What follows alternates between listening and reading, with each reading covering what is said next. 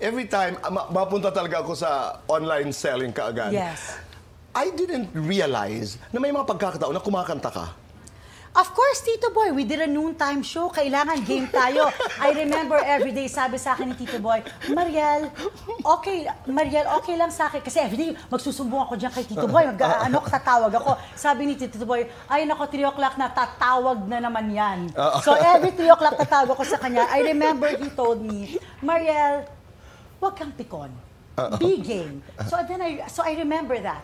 So, every time may pinapagawa sa akin, okay, hindi ako makasayaw. So, nakipagsabayan ako, Tito Boy, sa singing. Sige nga kung anong naging resulta ngayon. At ngayon, with my 2 kids, naging very beneficial po yun because, believe it or not, yun ang nagpapatulog sa mga anak ko. Kaya ang kanta natin ay, Hush, Little Baby. Sige nga. Ito yan, Tito Boy. Okay.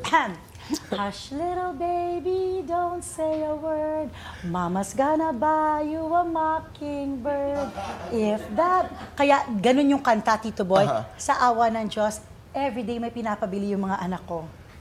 Kasi yung kanta, bibili ni nanay lahat eh. Ganun yung kanta eh. So, naano nila yon na si nanay ang bumibili. Ayun. So, araw-araw na Nanay, can you buy me this? Nanay, did you check Lazada? Did you check Shopee? Did it arrive already? Laging may paano. Okay, I can watch you forever. Thank you, Tito Boy.